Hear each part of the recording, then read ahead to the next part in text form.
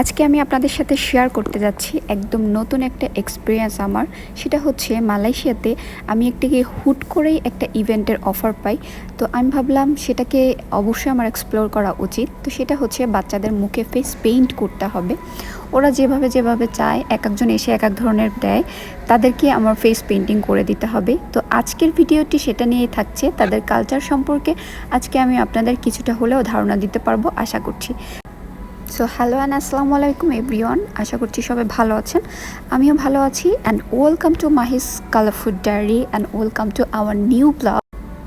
দীর্ঘ প্রায় 2-3 মাস ধরে আমি অনেক বেশি অসুস্থ থাকার কারণে আমার তেমন একটা ভিডিও দেওয়া হয় না, ব্লগ করা হয় না, বা আমার মনটাও ভালো ছিল না। তো সব কিছু মিলে আজকে ভাবলাম যে এই ইভেন্টটা যেহেতু অনেক ইন্টারেস্টিং, সেহেতু আজকে আমার ডিউটি ফাঁকি দিয়ে আমি চলে এসেছি। যদিও আমার জব ছিল, আমি ওখান থেকে বলেছি আমার 3 ঘন্টার ছুটি লাগবে। তো 3 ঘন্টার ছুটি নিয়ে আজকে চলে আসলাম ইভেন্টে। আর এখানে এসেই একটা মজার কাণ্ড ঘটলো। এটা আমার থেকে অনেক দূরে, আমার আসতে হয়েছে অনেক কষ্ট করে চিনে টিনে। আমি যাই হোক আসলাম। তো এই লিফটটা কাজ করছিল না, সেকেন্ড লিফটটা আমাকে ধরতে হবে।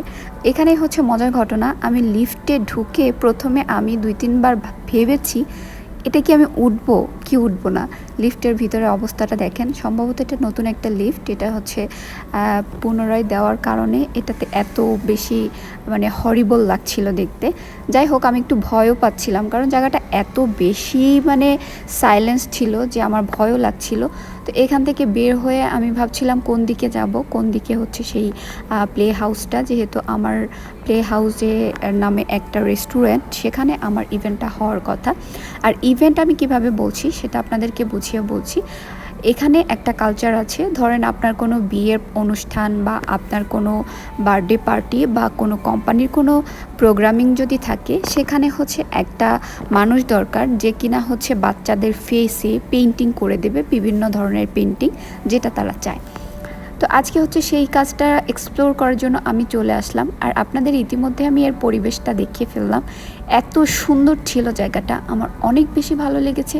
কিন্তু আমার তো কিছু করার নাই, পরিবেশ দেখার আগে আমি যেহেতু কাজ করতে গিয়েছি আমার কাজটা করতে হবে।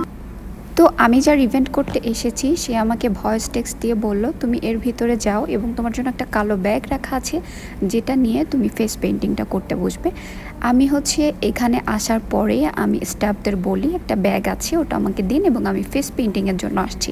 তো ওরা আমাকে যাই হোক দিল। এই হচ্ছে ফেস পেইন্টিংয়ের নমুনা কিছু কিছু, এর মধ্যে থেকে বেছে খুঁটে যে বাচ্চার যেইটা পছন্দ সেইটা নেবে। আর এইটাকে বলে রাখি, এটা একটা বার্থডে পার্টি ইভেন্ট ছিল। আর এই ইভেন্টে হচ্ছে আমি এখানে ছিলাম ফেস পেইন্টার হিসাবে। তো আমার কাজ স্টার্ট হয়ে গেল। আমি খুব বেশি একটা ভিডিও নিতে পারিনি, কারণ যেহেতু আমার কাজ করার ছিল, অনেক বিজি ছিলাম। এমনও হয়েছে যে আমি অনেকগুলো ফেস পেইন্টিং করেছি, আমি পিকচারগুলো তুলতেও ভুলে গিয়েছি। কারণ পিকচার লাস্টে আমাকে তুলতেই হবে, এটা হচ্ছে আমি যার ইভেন্ট করি তাকে আমার দিতে হবে, তার জন্য পিকচারটা খুবই ইম্পর্ট্যান্ট ছিল।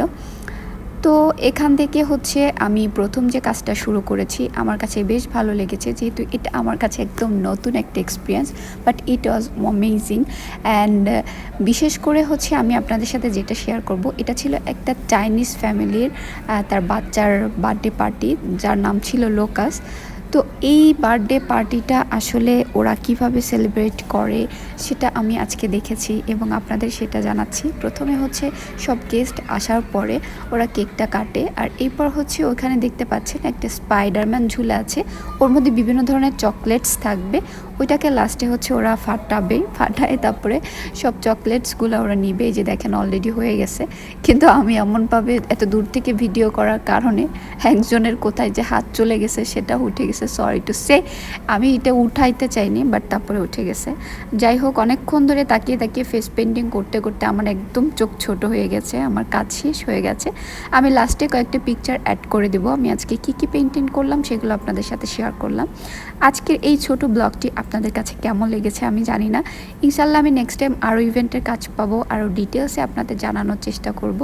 আশা করছি আজকের ভিডিওটি আপনাদের কাছে ভালো লাগবে এবং অবশ্যই লাইক কমেন্ট কমেন্ট শেয়ার করে আমার পাশে থাকবেন, এটা আমি আপনাদের থেকে এক্সপেক্ট করি।